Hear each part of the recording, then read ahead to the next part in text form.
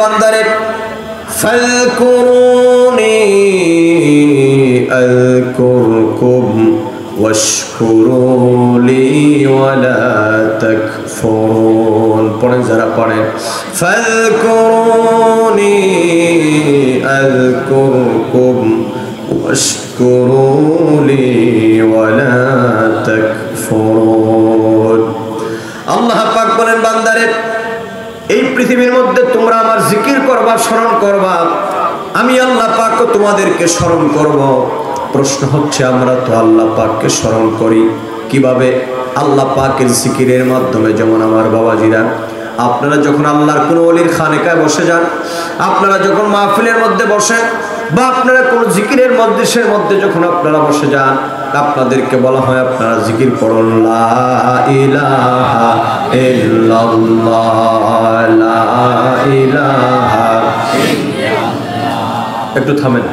এই যে আমরা লা ইলাহা ইল্লাল্লাহর জিকির পড়ি, আমরা জবান দিয়ে পড়ি, কিন্তু আমরা এদিক সেদিক তাকাই। অনেক লোকেরা কয়, হুজুর এত জিকির করি, আমার কলবে তো কোনো তাসির পয়দা হয় না। কথা বলেন, আছে না নাই?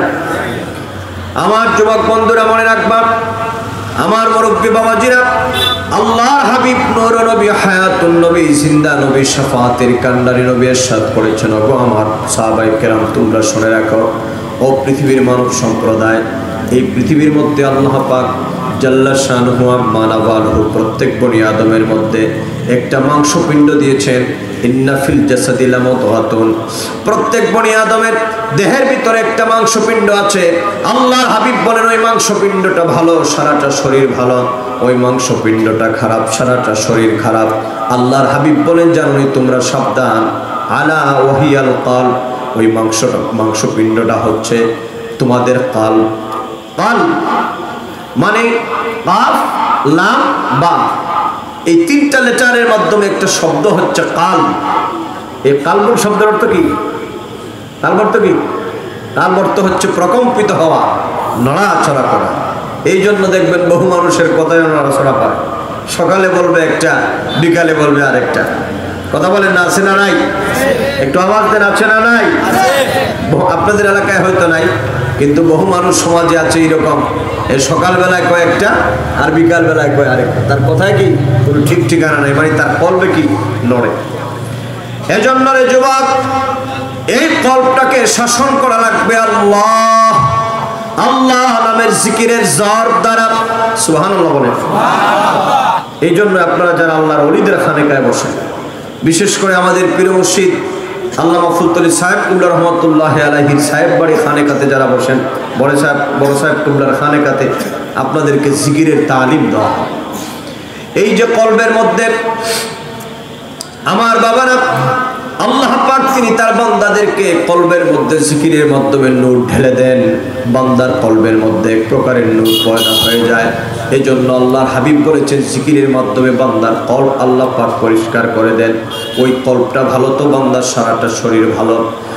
যুবকেরা কিন্তু মনে রাখবা, এই কলবের মাধ্যমে যেন আমাদের জিকিরের জারি না হয়, এই জন্য একটা বিরাট প্রতিবন্ধকতা আছে। আর ওই প্রতিবন্ধকতার সৃষ্টি করে দেয় শয়তান, বলবান বেঈমান। কারণ শয়তান চায় না আমাদেরকে আল্লাহ পাকের প্রিয় আমরা হয়ে যাই। কথা কোন ঠিক কিনা? কথা বুঝতেছেন? যেহেতু সময় খুব কম, আমি খুব টাইমলি বলতেছি, অনেক কথা বলা লাগে। আমার বাবাজিরা, যুবক বন্ধুরা, এই শয়তান বলবান বেঈমান চায় না আমরা আল্লাহ পাকের প্রিয় ভাজন বান্দা হয়ে যাই। এই জন্য শয়তান আমাদেরকে বহুভাবে আল্লাহ পাকের জিকির থেকে গাফিল করে দেয়, আল্লাহ পাকের স্মরণ থেকে শয়তান আমাদেরকে গাফিল করে দেয়। এই জন্য আল্লাহ নবী বলেছেন, ওগো পৃথিবীর মানব সম্প্রদায়, এই পৃথিবীর মধ্যে শয়তান, ইন্না শায়তানা জাসিমুন কলবি আলা ইবনে আদম, এই পৃথিবীর মধ্যে প্রত্যেকটা বনি আদমের কলবের মধ্যে শয়তান জানু বেড়ে বসা থাকে। ফাইদা যাকারাল্লাহ খানাসা, আমার উম্মতেরা যখন আল্লাহ আল্লাহ নামের জিকির আদায় করে, তখন শয়তান আর তার কলবের মধ্যে থাকতে পারে না, শয়তান তার কলব থেকে পালিয়ে যায়। ওয়াইদা গাফালা ওয়াসওয়াসা, আবার যখন আমার উম্মতেরা এই পৃথিবীর মধ্যে আল্লাহর জিকির থেকে যখন গাফেল হয়ে যায়, আমার উম্মতের কলবের মধ্যে আবার এসে শয়তান ওয়াসওয়াসা দিতে থাকে। কথা বুঝে থাকলে জবাব দেন আমার যুবকেরা। আল্লাহর হাবিব বলেছেন, জিকির করলে পরে শয়তান চলে যায়, আর জিকির যদি আপনি না করেন, আপনার কলবের মধ্যে শয়তান এসে আবার ওয়াসওয়াসা দেয়। এবার বলবেন, হুজুর, মাওলানা সাহেব, মুফতি সাহেব, তাহলে কি আমরা সারাদিন কি আমরা খালি আল্লাহ আল্লাহ নামের জিকির পড়বো নাকি? আমাদের তো ব্যবসা করা লাগবে, আমাদের রাজনীতি করা লাগবে, আমাদের চাকরি বাকরি করা লাগবে, আমাদের পৃথিবীতে বহু পেশা আছে, আমরা ওই কাজকর্মগুলা করা লাগবে। না হলে আমাদের পরিবার পরিজনকে আমরা খাওয়াবো কি, পড়াবো কি? কথা বলেন ঠিক কিনা? যদি আমরা জিকির করলে পরে শয়তান চলে যায়, জিকির না করলে পরে যদি শয়তান আমাদের কলবের মধ্যে আসে, তাহলে তো বোঝা যায় এর দ্বারা আমরা সারাদিন শুধু আল্লাহ আল্লাহ নামে জিকির করব। ও আমার ভাই সানের জনগণ, বিষয়টা মোটো এরকম নয়। কারণ কি জানেননি? আপনার দিনও লাগবে, আপনার দুনিয়াও লাগবে। এই পৃথিবীর মধ্যে আপনার দুনিয়াবি জিন্দেগিও লাগবে, আবার পরকালও লাগবে। কিন্তু আল্লাহ পাক তিনি দুনিয়াবি জীবনটারে আল্লাহ পাক একটা ইমতিহান, একটা পরীক্ষার জন্য আমাদেরকে পাঠিয়েছেন। আমরা কি আল্লাহর নাম ভুলে গিয়া খালি দুনিয়ার পিছনে আমরা মত্ত হয়ে যাই কিনা? এজন্য আমার যুবকেরা একটা ব্যালেন্স করে আমাদের চলা লাগবে। আমাদের দুনিয়াও লাগবে, পরকালও লাগবে। কথা বলেন ঠিক কিনা? আর যারা বললেন না আপনাদের কি লাগবে না, আরে বাবা একটু আওয়াজ দেন না। আমাদের দুনিয়াও লাগবে, পরকালও লাগবে। এই কথা আমার নয়, আমি নেসার আহমদের নয়, এই কথাটাও আমার আল্লাহ পাক, আমার মহান রব, আমার মহান আল্লাহ পাক তিনি বলেন, বান্দা তোমরা আমার কাছে চাও। এজন্য আমরা প্রত্যেকটা নামাজের পরে আমরা দোয়া করি, রব্বানা আতিনা ফিদ দুনিয়া হাসানাতাও ওয়া ফিল আখিরাতি হাসানাতাও ওয়া কিনা আযাবান নার। পড়েন না সকলে, পড়েন আমার সাথে, রব্বানা আতিনা ফিদ দুনিয়া হাসানাতাও ওয়া ফিল আখিরাতি হাসানাতাও ওয়া কিনা আযাবান নার। আল্লাহ তাআলা আমরা তোমার কাছে দুনিয়ার হাসানা চাই, দুনিয়ার সমৃদ্ধি চাই, প্রবৃত্তি চাই, দুনিয়ার যত ভালো জিনিস আছে সবগুলা তোমার দরবার থেকে আমরা চাই, এবং পরকালীন জীবনে আমরা কি চাই? হাসানা চাই। এখানে একটি কথা প্রসঙ্গক্রমে বলি, আপনারা তো শুনেন খালি দুনিয়াতে হাসানা চান। প্রশ্ন হচ্ছে দুনিয়ার হাসানা কি? মানে দুনিয়া একজন ব্যক্তি কি পাইলে পরে তার দুনিয়ার সবকিছু পাওয়া হয়ে যায়। নবম শতকের মুজাদ্দিদ ইমাম জালালুল মিল্লাত ওয়াদ্দিন ইমাম জালালউদ্দিন আসসিয়ুতি রাহমাতুল্লাহি আলাইহি তিনি বর্ণনা করেছেন দুনিয়ার হাসানা হলো দুইটা। কথা বলেন কয়টা? কথা কি আমার বুঝেন? তো মাঝে মধ্যে একটু লইরেন চইরেন আপনারা যদি একটু কথা না বলেন। ব্যক্তিগতভাবে আমরা শিক্ষক মানুষ, আমরা চেষ্টা করি ছাত্রদেরকে যেভাবে পড়াই ঠিক আপনাদেরকে মাহফিল ওইভাবে বলার জন্য। তো আপনারা যদি একেবারে কথা না বলে একবারে যদি আপনারা চুপচাপ বসে থাকেন, তাইলে আমি তো বুঝবো আপনারা কথা বুঝতেছেন না। আপনাদেরকে একটু কথা বলতে কষ্ট হবে বাবা? তাহলে বলেন দুনিয়ার হাসানা কয়টা? অনেক লোকেরা আছে দেখবেন বাজার হাটে কথা বলতে কোনো সমস্যা নাই, কিন্তু মাহফিলে আসলে তিনি এত ভদ্রলোকের মতো বসেন যে কেমনে সুবহানাল্লাহ কই, আমার একটা প্রেস্টিজ আছে না, মনে হয় যে সুবহানাল্লাহ বললে যদি ওনার প্রেস্টিজ কনসার্ন হয়ে যায়। তিনি এমনভাবে বসবেন জবানটা একেবারে নাড়ান না, এটা মোটেও কিন্তু উচিত নয়। এই জান্নাতের বাগানে এসেছে, শ্বাস প্রশ্বাসে আপনার নেকি লেখা হচ্ছে। এখান থেকে মিলাদ কিয়াম আদায় করে আল্লাহ পাকের কাছে দোয়া মুনাজাত করে বের হয়ে যাবেন। এসেছি আমরা পাহাড় সম পরিমাণ গুনাহ নিয়ে। আমাদের বিশ্বাস আমরা বাড়ি ফিরে যাব সদ্য প্রসূত নবজন্ম মাসুম বাচ্চার মতো হয়ে। বলেন ইনশাআল্লাহ। এই বিশ্বাস আমাদের ভিতরে আছে না নাই? আওয়াজ দিয়ে বলেন আছে না নাই? একটু জিকির পড়ুন, লা ইলাহা ইল্লাল্লাহ।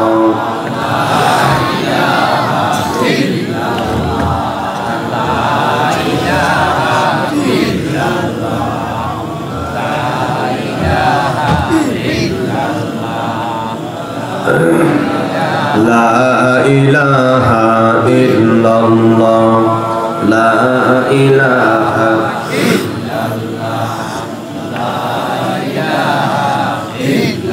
লা ইলাহা ইল্লাল্লাহ মুহাম্মাদুর রাসূলুল্লাহ। পড়েন সাল্লাল্লাহু আলাইহি ওয়াসাল্লাম। সকলে পড়েন সাল্লাল্লাহু আলাইহি। প্রিয় ভাই সাহেব, ইমাম সিউতি বর্ণনা করেছেন দুনিয়ার হাসানা হলো দুইটা। আল্লাহ পাক যাকে বসবাস করার জন্য এই জমিনের মধ্যে একটা বাড়ি দান করেছেন, আর যাকে একজন সতী সাদী নারী দান করেছেন, সে দুনিয়ার পুরা হাসানাটাই যেন পেয়ে গেল।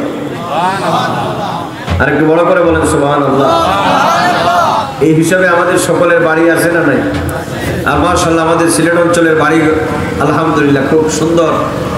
আমাদের এই বাড়িগুলা আল্লাহ পাকের পক্ষ থেকে দেওয়া বিরাট একটা নিয়ামত।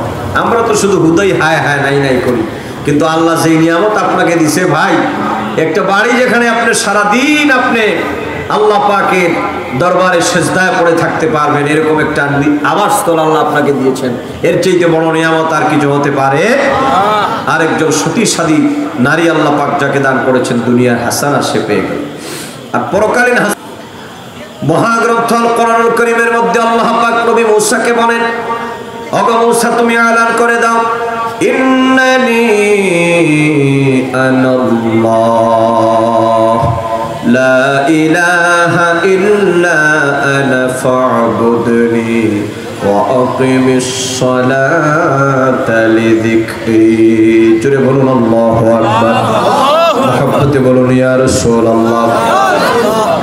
আল্লাহ পাক বলেন, ওগো মূসা তুমি ঘোষণা করে দাও, ইন্নানি আনাল্লাহ, আমি আল্লাহ, আমি আল্লাহ, লা ইলাহা ইল্লা আনা, আমি আল্লাহ, ভিন্ন কোনো ইলাহ নাই, কোনো মাবুদ নাই, কোনো রব নাই। লা ইলাহা ইল্লা আনা, আমি আল্লাহ ছাড়া কোনো ইলাহ নাই, ইবাদত পাওয়ার যোগ্য আর কেউ নাই। ফা'বুদনি, অতঃপর তোমরা আমি আল্লাহ পাকের ইবাদত করো। ওয়া আকিমিস সালাতা লিযিকরি, এবং আমার শরণার্থে তোমরা নামাজ আদায় করো। সুবহানাল্লাহ। এখানের মধ্যে নামাজকে জিকির বলা হয়েছে। কথা বলেন, নামাজকে কি বলা হয়েছে? জিকির বলা হয়েছে। এবার আসেন নাম্বার 3, নামাজকে আল্লাহ পাক যিকরুল্লাহি আকবার বলেছেন। মানে আল্লাহ পাকের যত স্মরণ আছে, আল্লাহকে স্মরণ করার যতগুলো মাধ্যম আছে, এর মধ্যে অন্যতম একটা মাধ্যম হচ্ছে নামাজ আদায় করা। যেমন মহাগ্রন্থ আল কোরআনুল কারীমের এক আয়াতের মধ্যে আল্লাহ পাক তার হাবিবকে বলেন, উতলু মা উহিয়া ইলাইকা মিনাল কিতাবি ওয়া আকিমিস সালাহ ইন্নাস সালাতা তানহা আনিল ফাহশাই ওয়াল মুনকার ওয়া লাযিকরুল্লাহি আকবার। আল্লাহ পাক বলেন, ওগো বন্ধু নবী আমার, ইয়া রাসূলুল্লাহ, ইয়া হাবিবাল্লাহ, নবীজি গো, এই পৃথিবীর মধ্যে আমি আল্লাহ পাক আপনি নবীর উপরে যে মহাগ্রন্থ আল কোরআন আমি নাজিল করে দিলাম, সেই মহাগ্রন্থ আল কোরআন আপনি তেলাওয়াত করুন। ওয়া আকিমিস সালাহ, এবং আপনি নামাজ কায়েম করুন, সালাত প্রতিষ্ঠা করুন। ইন্নাস সালাতা তানহা আনিল ফাহশাই ওয়াল মুনকার, নামাজ প্রতিষ্ঠা করলে কি হবে জানেননি? নামাজ মানুষকে পৃথিবীর সব পাপ কর্ম থেকে বাঁচায়া দেয়। ওয়া লাযিকরুল্লাহি আকবার, এবং আমি আল্লাহকে স্মরণ করার যতটা মাধ্যম আছে, এর মধ্যে অন্যতম বড় মাধ্যম হলো নামাজ। মানে নামাজের মাধ্যমে আমি আল্লাহর কি হয়ে যায়? স্মরণ হয়ে যায়। তাহলে নামাজকে এখানে জিকির বলা হয়েছে। কথা বুঝতেছেন ভাই আমার? আল্লাহর প্রিয় ভাজন হওয়ার জন্য জিকির লাগবে, আর এখানের মধ্যে নামাজকে বলা হয়েছে কি জিকির। তার মানে আপনি নামাজ আদায় করলে আল্লাহর জিকির হয়ে যায়। কোন সুবহানাল্লাহ। আর আল্লাহর জিকির আদায় করলে বান্দা আল্লাহর প্রিয় ভাজন হয়ে যায়। এখানের মধ্যে একটা কথা বলি, প্রসঙ্গক্রমে বলতে হয়। আল্লাহ বলেন নামাজ পড়লে মানুষকে নামাজ পাপ কাজ থেকে বাঁচায় দেয়, কিন্তু আমরা দেখি বাংলাদেশে একদল লোকেরা নামাজও পড়ে সুদও খায়। আর একটু আস্তে কোন ঠিক মনে হচ্ছে বক্তৃতা করি আমি, আর সুদের বিরুদ্ধে বলতে ভয় পান আপনারা। কথা বলেন না, বাংলাদেশে সুদ আছে না নাই? এটা কি হালাল না হারাম?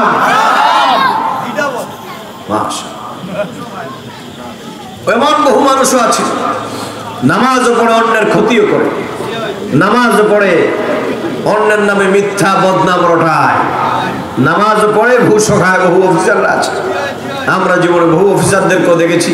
বিশ্ববিদ্যালয় জীবন থেকে নিয়ে এই পর্যন্ত বহু অফিসাররা নামাজও পড়ে, আবার টুপিটা পকেটে ঢুকাইয়া মোটরসাইকেল ধইরা বলে কিছু হাদিয়া তুফা দিয়ে যাও। কথা বলেন, আছে না নাই? মানে আল্লাহ বলছেন নামাজ তোমাকে অন্যায় কর্ম থেকে বাঁচিয়ে দেয়। এক কথায় যদি বলেন আপনারা যে হুজুর আমাদেরকে বোঝায় দেন বিষয়টা কি, আল্লাহ যদি বলে নামাজ পড়লে পড়ে মানুষ নামাজ পাপ কর্ম থেকে বেঁচে থাকে নামাজের মাধ্যমে, কিন্তু বহু মানুষ আছে নামাজও পড়ে পাপও করে। ব্যাপারটা কি? আল্লাহর হাবিব নূর নবী হায়াতুন নবী বলেন, ওগো আমার সাহাবীরা, কোন ব্যক্তি নামাজ আদায় করলো কিন্তু দুনিয়ার পাপ কাজ থেকে বাঁচতে পারলো না, মনে রাখবা তার নামাজ আল্লাহর দরবারে কবুল হচ্ছে না। আবার বলি আমার যুবকেরা, অমুরব্বী বাবাজিরা, পর্দানিশীন মা বোনেরা, যে যেখানের মধ্যে আছেন ভালো করে শুনেন। আল্লাহর হাবিব নূর নবীজি আমার মুহাম্মদ সাল্লাল্লাহু আলাইহি ওয়াসাল্লাম বলেন, উম্মত ও আমার সাহাবীরা, কোন ব্যক্তি নামাজ আদায় করলো কিন্তু পাপ কাজ থেকে বাঁচতে পারলো না,